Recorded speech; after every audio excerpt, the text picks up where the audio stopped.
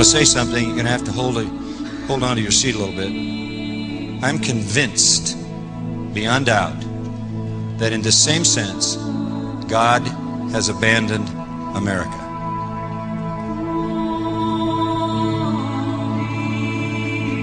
You can't even count how many million pornographic websites there are.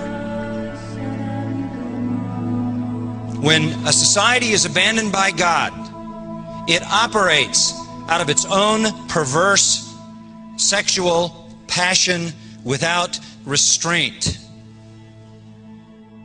So the first thing that you look for in a society, if you're trying to discern whether God has abandoned that society, is whether or not that society has gone through a sexual revolution so that illicit sex, adultery, every form of immorality is accepted as normal in that society. And we're there. You know a society has been abandoned by God when it celebrates lesbian sex. Unnatural, unthinkable. So you follow a sexual revolution with a homosexual revolution. And homosexuality becomes normalized.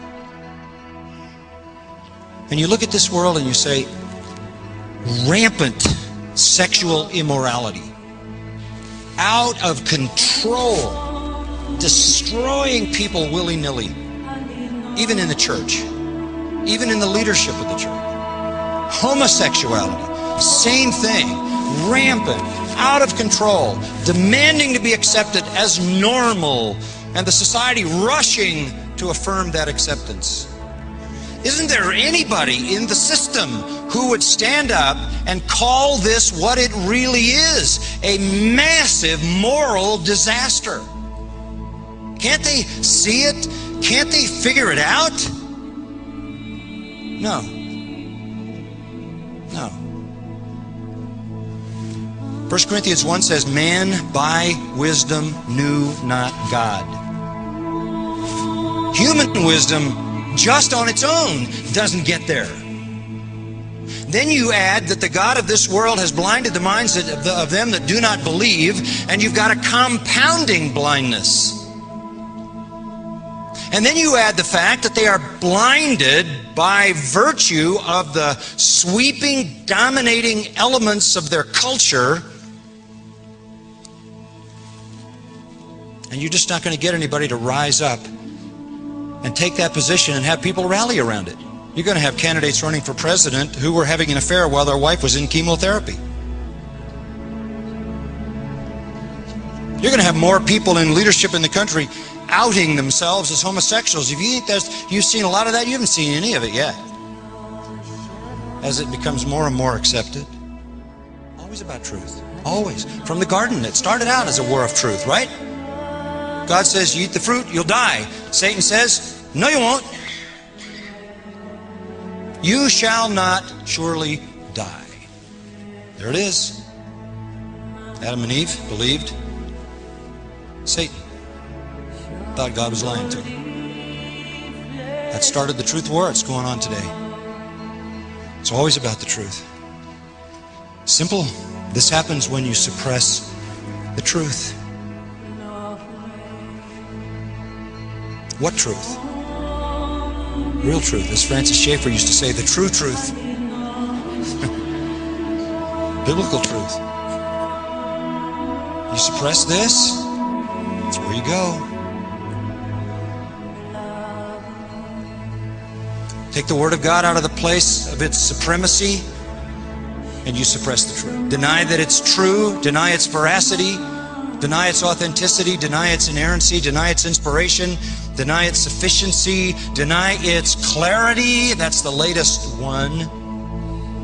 That nobody really knows what the Bible means anyway. It's a wonderful book. We believe God gave it to us, but we have no idea what it means. That's convenient.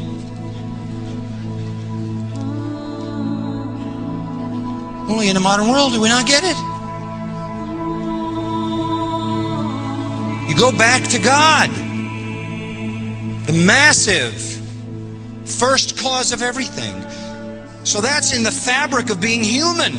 And you know you have to work hard for a couple of 100 years to convince an entire society that that's nonsense. And that what makes sense is nobody times nothing equals everything. And though it doesn't make sense, it works in a totally immoral culture, because if there's no creator, there's no judge.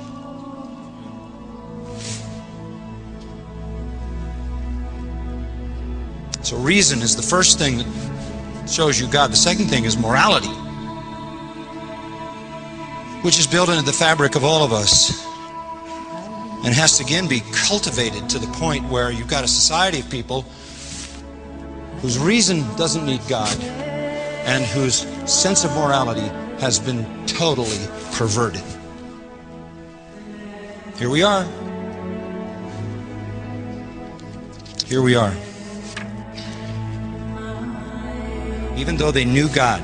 That is humanity, that is society, in any given period of time, by God's creative design, have the knowledge of moral law and reason that leads them back to a moral lawgiver and a judge and a creator. Even though they know that innately, they did not honor him as God or give thanks. But instead of doing what was reasonable and moral, they became empty in their speculations, and their foolish heart was darkened. And the bottom line is that they don't like the God their reason leads them to, and they don't like the God that their innate sense of what is right and wrong leads them to. And so they abandon that God, and the lights go out. God only wants one thing out of a nation. Listen and believe this book. There's only one solution, and that's the truth. The truth by which God saves, by which God sanctifies. And if this nation will respond and listen to his truth, God will open the floodgates.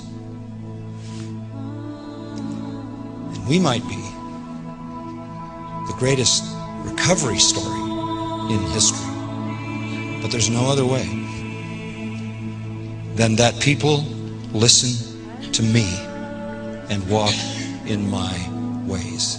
It's not going to happen if there's a famine of the hearing of the Word of God. Pray that the Word, as Paul said, would have free course, and that it would run with all its power across this land.